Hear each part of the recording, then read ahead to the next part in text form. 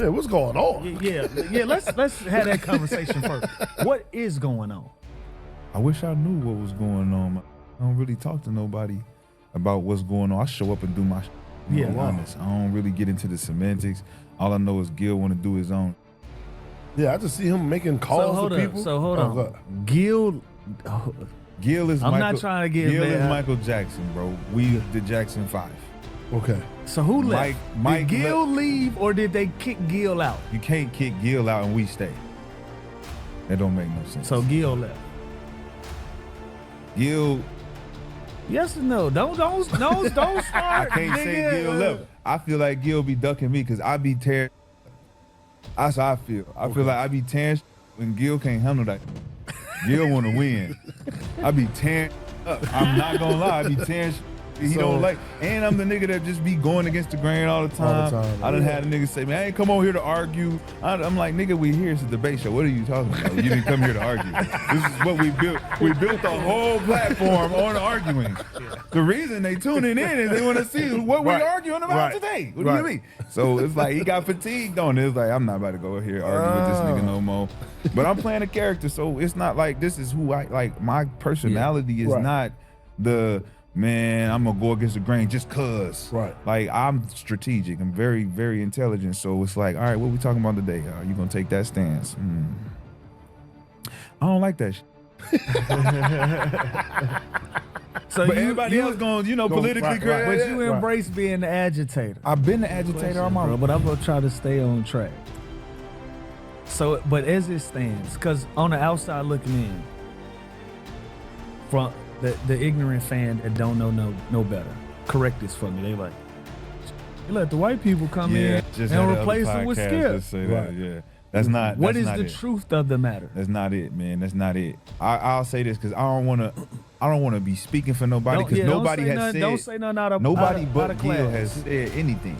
Like, he's the only one going his own. Like, this is what's happening. He always be doing that. But he like to save his own face. Right. That's him. He ain't trying to save everybody else. Yeah. But he'll save him. Yeah. It ain't no white man. One. Okay. They came in and helped us build the shit. Pay for the whole production. Right. The whole all that. His basement. It's a sponsor. Yeah. Like, it ain't no he brought Skip in. Right. Like but that's what I'm saying. To the people that don't know no better. And Skip was drowning. He saved that. Yeah. We was trying to figure out why he was doing it. We don't need Skip, bro. Right. We killing. We don't need him. But it was like, yo, what you gonna do? We bring Skip Bayless and we're gonna bring, like, hey, bring Skip in, bro. If he can save you, try. Right. Nigga, still on your don't matter.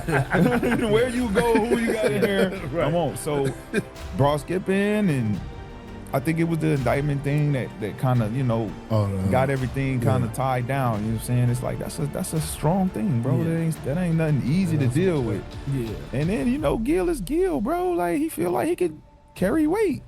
Like I said, we Jackson 5, he might feel like, hey, listen, guys. This is gonna be my last performance. I'm gonna go on my own. Are y'all still in his house? No, we've been in his house for like 4 months, 5 months. All right, y'all at another spot. Yeah, we down the street, actually. As always, make sure you stay on your pivot at all times. I wanted to check in because this story has continued to evolve. If you haven't watched the original discussion yet, I'll leave a link down in the description so you can check out the full episode of the Underground Lounge podcast. That's the interview where Lou Williams and Spank Horton sat down with Rashad McCants, and as you might expect, the conversation eventually shifted toward everything that's been happening with Gil's Arena and all the attention surrounding the show.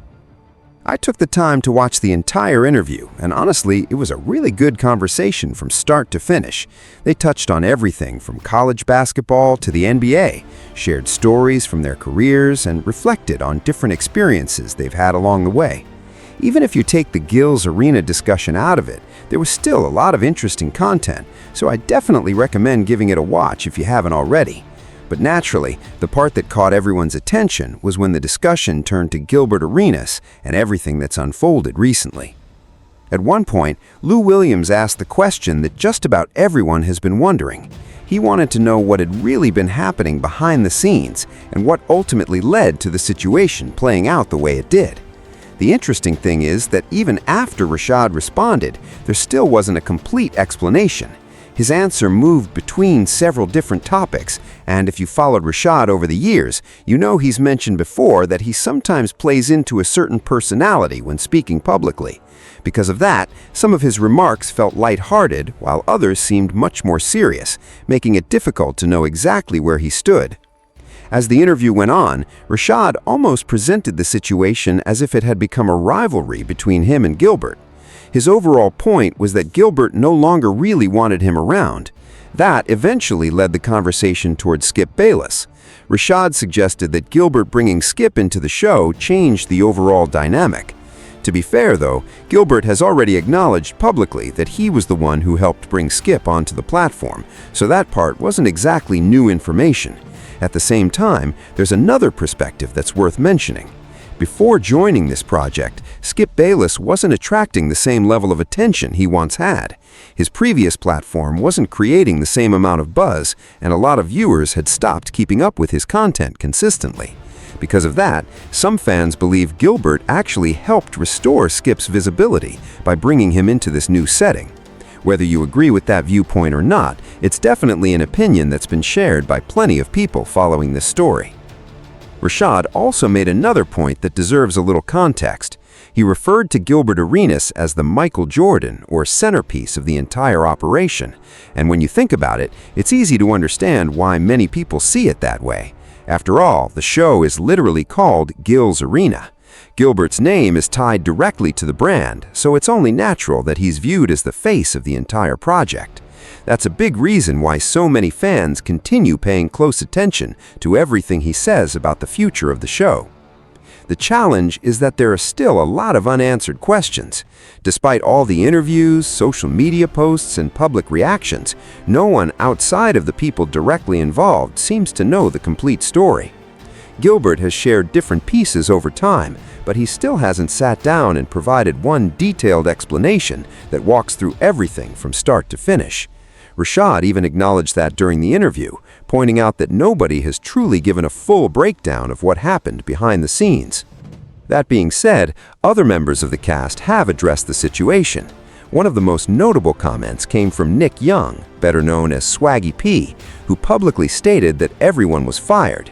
So while Rashad suggested that no one had really spoken about what happened, Nick Young's remarks did offer at least one perspective on the situation.